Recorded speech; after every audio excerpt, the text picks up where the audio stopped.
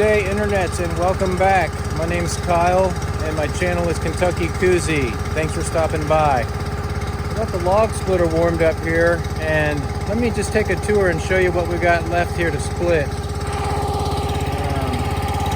This is all pine under here. It's campfire wood, a lot of it, and I mix some of the good stuff in with the order sometimes because I'm running low on wood, but it's totally fine.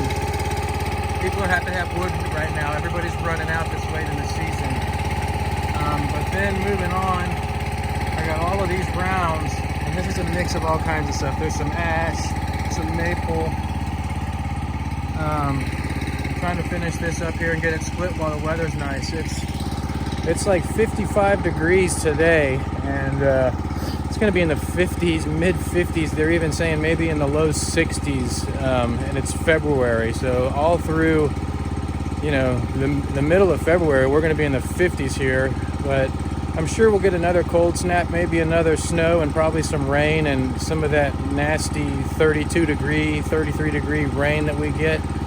So I want to have all this stuff split and covered because this ash is some good wood. It's some good firewood, but it's just borderline kind of getting a little bit punky. It was dead standing, and I'm afraid if that stuff gets super soaked and waterlogged, it's not going to be dry.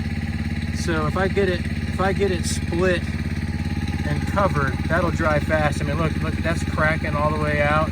It's dry, but this kind of wood, the punkier it gets, the more prone it is to act like a sponge. So I want to get that stuff covered.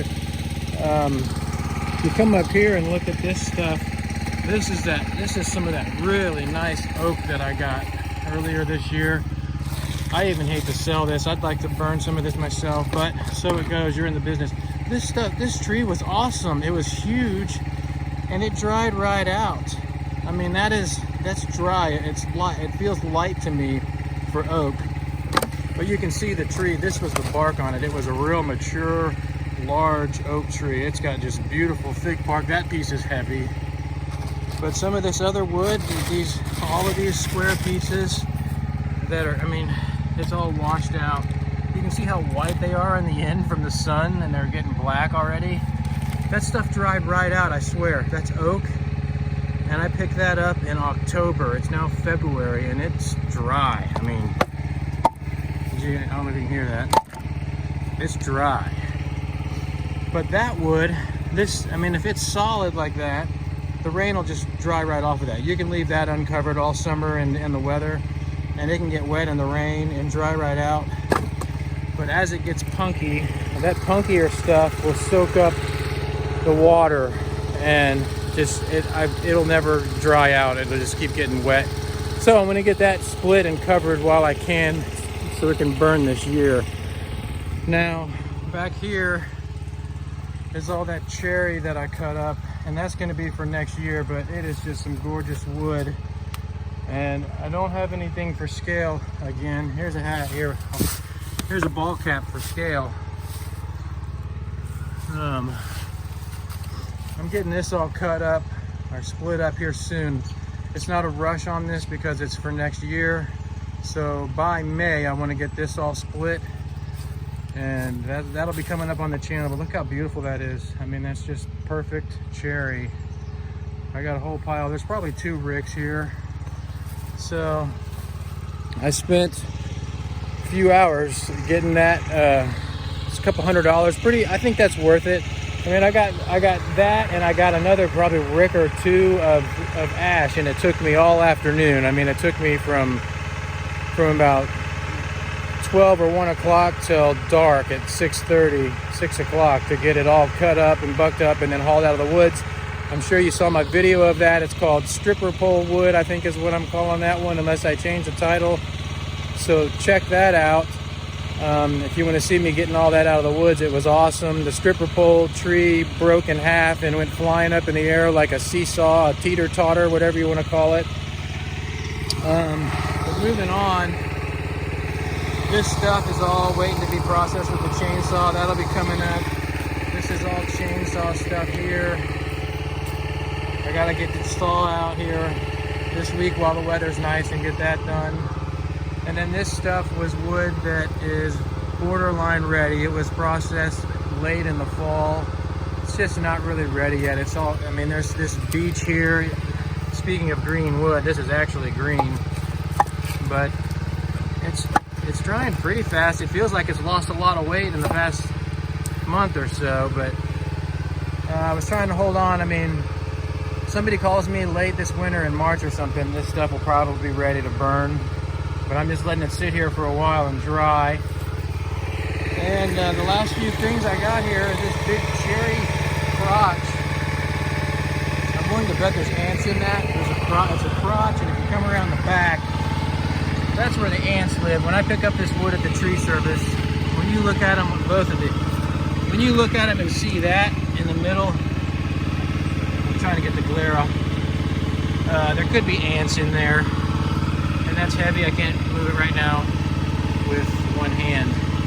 But that's where those ants get, and that was sitting there, and I know one of the logs next to it was similar, and I picked it up off the ground and there was ants underneath it. So what I'll do is I'll start from the outside and start working down making firewood, and just try to cut around that area on both sides. Now that's the front of the crotch, and that void is in the middle here.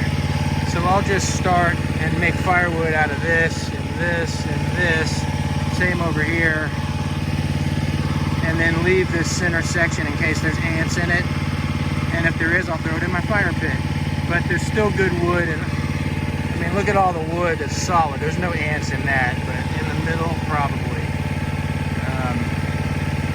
So I'll get that up on the splitter right now. You want to do that right now, and we'll split that and then call this a video. Let me get all this wood uncovered, and we'll split that crotch. We'll split that crotch and see if there's ants in it, and then I'll probably just get the rest of this all bucked up on my own. You all have seen a lot of the splitting, so I probably won't record all of that. It gets really repetitive. It's just all of that ash, standard rounds running through the splitter, not a big deal. I got this Kohler engine for my left door. It's been doing good this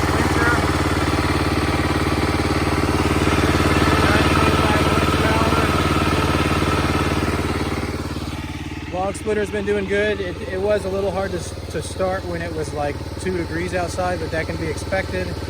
I had to pull on it 10 or 15 times and it just wasn't making a noise. And then it finally started and warmed right up, and everything, even the hydraulic oil and everything worked. I just let it warm up, cycled it several times, and it was off to the races. I will be doing an oil change and a filter change on that. I mentioned that in my previous video, I think. So let's get everything uncovered, and I'll split that cherry log, and let's see if there's ants in it.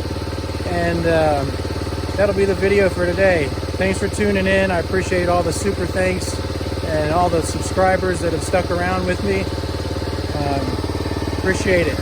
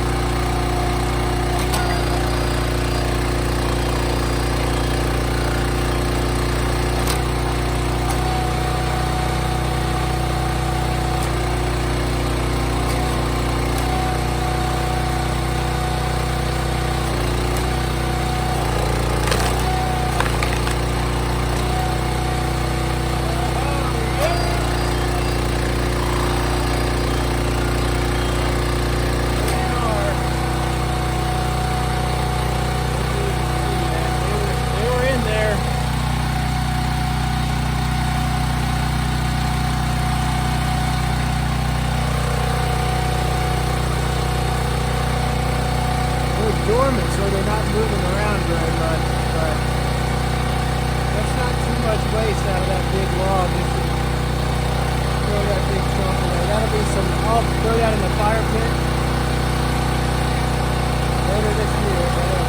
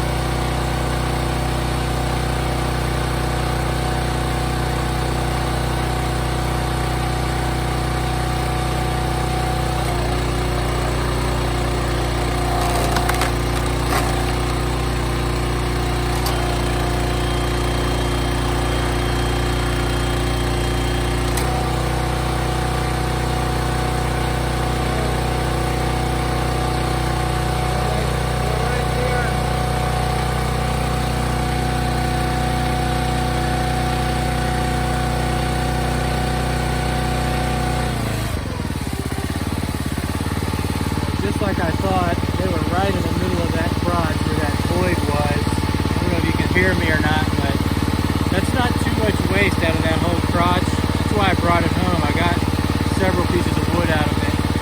But just that little middle funky crotch area where they were living.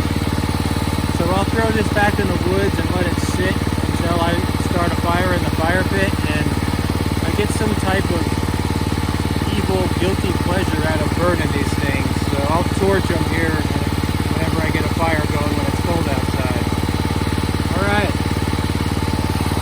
I'll process the rest of this wood so you can see what I got, and then we'll sign off for today.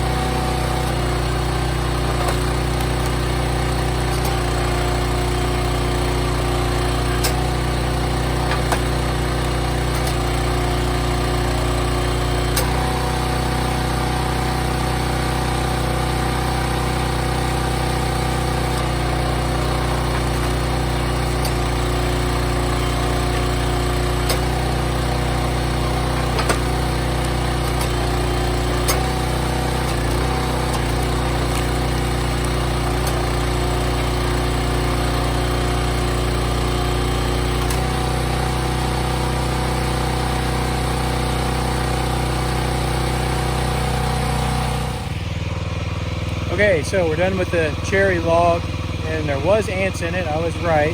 Getting pretty good at being able to tell. There's probably ants in this one too. See that? They might be in there too, but I need the wood, and that's been sitting all year. It's probably dry. So I'm going to cut that in half with a chainsaw. I don't always worry about 16 inches. You guys know how I do it. I just make firewood, cut it right in half, and that'll be 2 good pieces. But there's probably ants in that one too, and I'll just cut around them with all this good wood, throw the ants away. Again, I'm not an entomologist, so I don't know how well they do once they get out of the colony and they're away from the queen. They're probably just workers that are left living in the trees that get cut up. And if they're just workers, I think ants live for 2 or 3 years sometimes. So the workers probably continue to just live inside the wood, but they don't really reproduce because they don't have a queen. So I know they send out winged swarmers in the spring, and the swarmers go start new colonies. But that's kind of the principle. So a lot of times they don't have a queen is what I'm getting at. But moving on, here is the cherry that I got. So that log was still worth bringing home. There's nothing wrong with this wood. I mean, that's a piece out of the center of it. It's all good cherry wood. So it's still worth having. And there's a piece of it here. I did throw a couple pieces on the pile over here already. I think that's one on the ground. So there was even more than that. That was a piece of it there. And maybe another piece up there. But yeah, so totally worth having still. I've gotten kind of used to dealing with that. I mean, it's just part of what happens with trees. Whenever there's large voids or holes or wet spots in a tree, they get in there. So you come across them and you just got to cut them out and throw it away. That's what I've been doing. Once again, thanks for watching. Oh, and by the way, that's the waste wood again. Out of all that wood, there's the waste.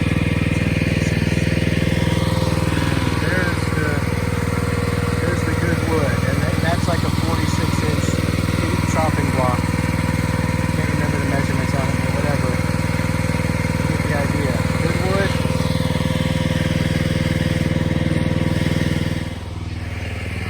I just wanted to share this. I think it's kind of interesting. I've mentioned in the past the size of these trees.